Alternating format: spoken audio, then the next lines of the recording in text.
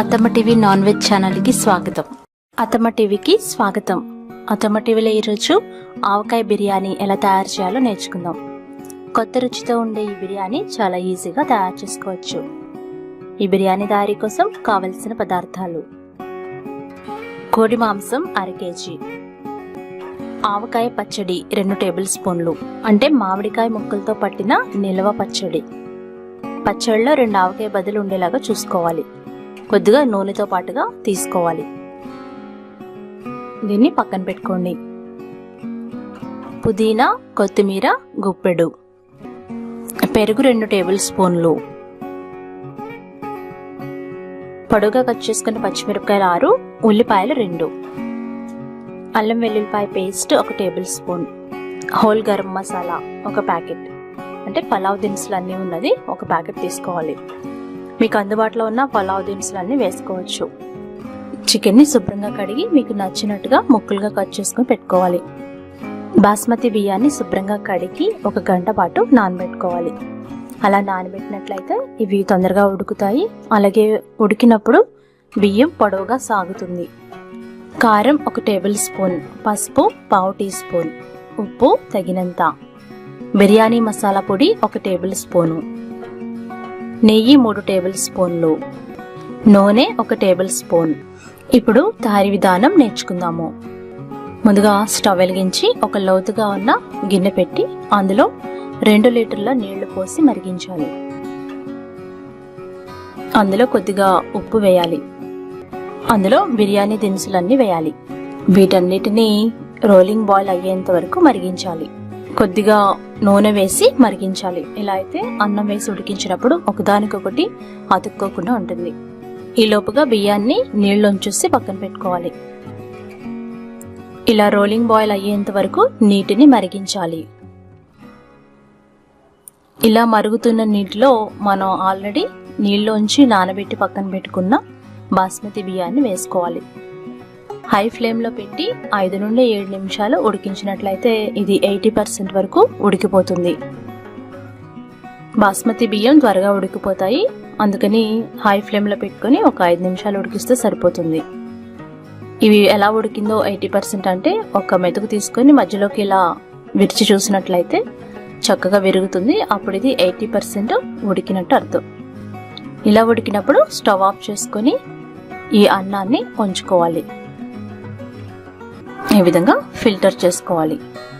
ఈ విధంగా ఉడికించుకున్న అన్నాన్ని ఉంచుకొని ఇలా కాసేపు పక్కన పెట్టాలి.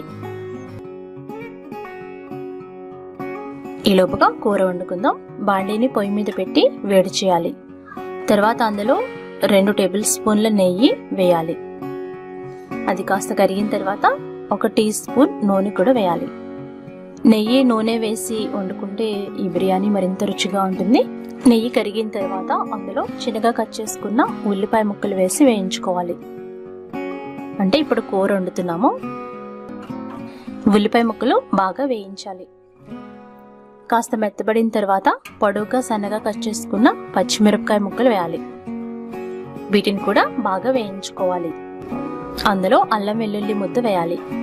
ఒక 2 నిమిషాల పాటు పచ్చి వాసన పోయేంత వరకు వేయించాలి. మీడియం ఫ్లేమ్లో పెట్టుకొని బాగా కలుపుకుంటూ వేయించుకోవాలి. ఇప్పుడు అందులో చిన్నగా కట్ చేసుకున్న కొత్తిమీర, పుదీనా వేసుకుని వేయించుకోవాలి. బిర్యానీలో కలపటానికి కోసం వండుతున్న చికెన్ కూర ఇది. అందుకని ఇందులో ముందుగా మనం కొత్తిమీర, పుదీనాని చిన్నగా కట్ చేసుకుని వేసుకుని వేయించుకోవాలి. కొత్తిమీర, పుదీనా బాగా వేయించుకోవాలి. ఇది వేగిన తర్వాత శుభ్రంగా కడిగి పక్కన పెట్టుకున్న చికెన్ ముక్కలు ఇందులో వేయాలి. ఒకసారి మసాలాలన్నీ బాగా పట్టేలాగా కలపాలి.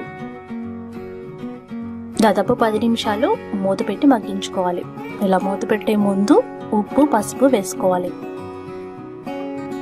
ముందు కొద్దిగా ఉప్పు వేస్తే ఈ ముక్కలకి కొంచెం పడుతుంది, లేదంటే అవి చప్పచప్పుగా ఉంటాయి. అందుకని మనం ఇలా సార్ట్ చేసుకునేటప్పుడు ముందుగా కొద్దిగా ఉప్పు వేసుకుని ఈ విధంగా మగ్గించుకోవాలి. ఒకసారి బాగా కలిపి మూత పెట్టి మగ్గించాలి. మగ్గుతున్నప్పుడు చికెన్లో ఉన్న వాటర్ అంతా బయటకు వస్తాయి. ఆ వాటర్ ఎగిరిపోయేంత వరకు మగ్గించాలి. అందులో పెరుగు వేసుకోవాలి. పెరుగు వేసి ఒకసారి బాగా కలపాలి. మరలా మూత పెట్టి కాసేపు మగ్గించాలి. అందులో తగినంత కారం వేసుకోవాలి. అవసరమైతే మరికొద్దిగా ఉప్పు వేసుకోవాలి. ఇప్పుడు బిర్యానీ మసాలా పొడి వేయాలి. బిర్యానీ మసాలా కూడా వేసి బాగా కలపాలి. ఈ చికెన్ ముక్కలకి ఉప్పు, కారం, బిర్యానీ మసాలా బాగా కలవాలి. అవి కాస్త మగ్గిన తర్వాత ఆవకాయ పచ్చడి కూరలో వేసుకోవాలి. 2-3 మామిడికాయ ముక్కలున్న ఆవకాయ పచ్చడిని కొద్దిగా నూనెతో పాటు ఎంచుకోవాలి. ఈ పచ్చడి వేసి దాన్ని కూడా ఈ చికెన్ కూరలో బాగా కలపాలి. మూత పెట్టి మరి కాసేపు మగ్గించాలి.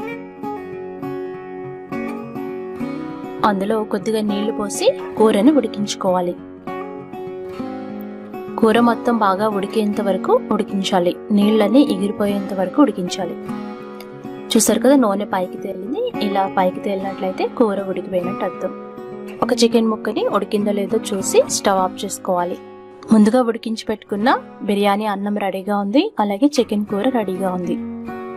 ఒక గిన్నెలోకి వీటిని లేయర్స్ లాగా ఒక దాని తర్వాత ఒకటి వేసుకోవాలి. ఇక్కడ నేను మైక్రోవేవ్ చేయడం కోసం మైక్రోవేవ్ సేఫ్ బౌల్లో వేస్తున్నాను. అడుగున కొద్దిగా కూరని వేసుకోవాలి. తర్వాత మనం ఉడికించుకున్న బిర్యానీ అన్నాన్ని వేసుకోవాలి. దీన్ని ఒక స్పూన్తో వెడల్పుగా స్ప్రెడ్ చేయాలి. అంటే ఒక లేయర్లో కూర, ఒక లేయర్లో అన్నం వేయాలి. దాని మీద కొద్దిగా నెయ్యి, కొద్దిగా పుదీనా ఆకులు వేసుకోవాలి. దీనిపైన మరొక లేయర్ చికెన్ కూర వేయాలి. దానిపైన మరలా మిగిలిన అన్నాన్ని వేసుకోవాలి. ఇలా అన్నం వేసి ఆ గిన్నెకి సరిపడిగా స్ప్రెడ్ చేయాలి. దానిపైన కూడా కొద్దిగా నెయ్యి, పుదీనా, కొత్తిమీర ఆకులు వేసుకోవాలి. మీకు ఇష్టమైతే ఉడికించుకున్న గుడ్డుని పెట్టుకోవచ్చు. ఇలా తయారు చేసుకున్న బిర్యానీ గిన్నెని మైక్రోవేవ్ ఓవెన్లో 180 డిగ్రీల సెంటీగ్రేడ్ దగ్గర మైక్రో మోడ్లో పెట్టి 10 నిమిషాలు వేడి చేసుకోవాలి. అప్పుడే ఇది బాగా దమ్ అవుతుంది. ఒకవేళ మైక్రోవేవ్ ఓవెన్ మీ ఇంట్లో లేకపోయినట్లయితే దోశ పెనం పొయ్యి మీద పెట్టి దాని మీద ఈ పాత్రని పెట్టి లో ఫ్లేమ్లో ఒక 10 నిమిషాలు మగ్గించుకోవాలి. అలా చేసినా చక్కగా దమ్ అవుతుంది. మైక్రోవేవ్ ఓవెన్ ఉన్న వాళ్ళు ఈ విధంగా మైక్రోవేవ్ ఓవెన్లో పెట్టి ఇలా మైక్రోవేవ్ సేఫ్ బౌల్లో పెట్టుకోవాలి. ఒకవేళ స్టవ్ మీద అయితే స్టీల్ పాత్రలో కానీ వేరే ఏ పాత్రలో అయినా పెట్టుకోవచ్చు. బాగా దమ్మైన ఈ ఆవకాయ బిర్యానీ రెడీ అయిపోయింది. దీనిపైన కొద్దిగా ఆవకాయ పచ్చడితో గార్నిష్ చేసుకుని సర్వ్ చేసుకోండి. ఒక కొత్త రుచితో ఉండే ఈ ఆవకాయ బిర్యానీ రెడీ అయిపోయింది. దీన్ని అడుగు నుండి తీసుకొని సర్వ్ చేసుకోవాలి. డైరెక్ట్గా ఇలాగే తినేయచ్చు, లేదంటే రైతాతో సర్వ్ చేసుకోవచ్చు. ఎంతో రుచిగా ఉండే స్పెషల్ ఆవకాయ బిర్యానీ రెడీ అయిపోయింది. మీరు ట్రై చేసి ఫీడ్బ్యాక్ పంపించండి. అత్తమ్మ టీవీ మొబైల్ యాప్ని డౌన్లోడ్ చేసుకోండి. కొత్తగా పెట్టే అప్డేట్ కోసం బెల్ సింబల్ని క్లిక్ చేయండి. మీ సూచనలు, సలహాలు కామెంట్ బాక్స్లో పోస్ట్ చేయగలరు. మరికొన్ని కొత్త వంటల కోసం అత్తమ్మ టీవీ యూట్యూబ్ ఛానల్ని సబ్స్క్రైబ్ కాగలరు. ధన్యవాదములు.